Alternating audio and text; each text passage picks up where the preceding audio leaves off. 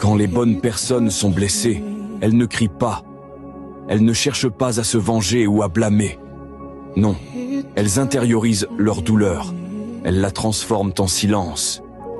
Mais ce silence, ce n'est pas de la faiblesse. C'est une force. Une force que beaucoup ne remarquent qu'une fois qu'il est trop tard.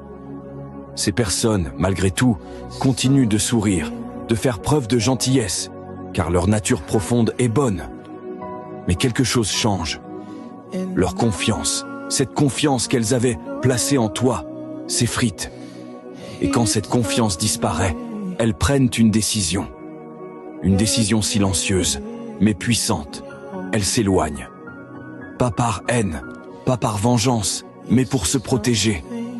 La force silencieuse des bonnes personnes parle plus fort que les mots. Ce silence est une réponse.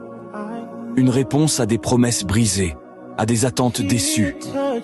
Oui, les bonnes personnes peuvent endurer beaucoup.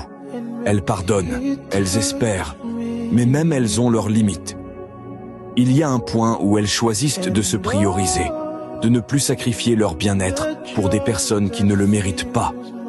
S'éloigner ne signifie pas qu'elles ne ressentent rien. Bien au contraire.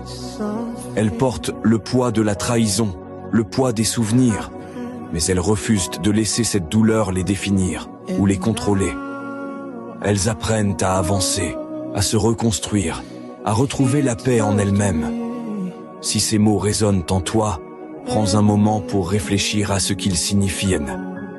Écris « 100 » dans les commentaires pour montrer que tu comprends. Et si tu veux continuer ce chemin de réflexion et de transformation, appuie sur le bouton « Suivre ».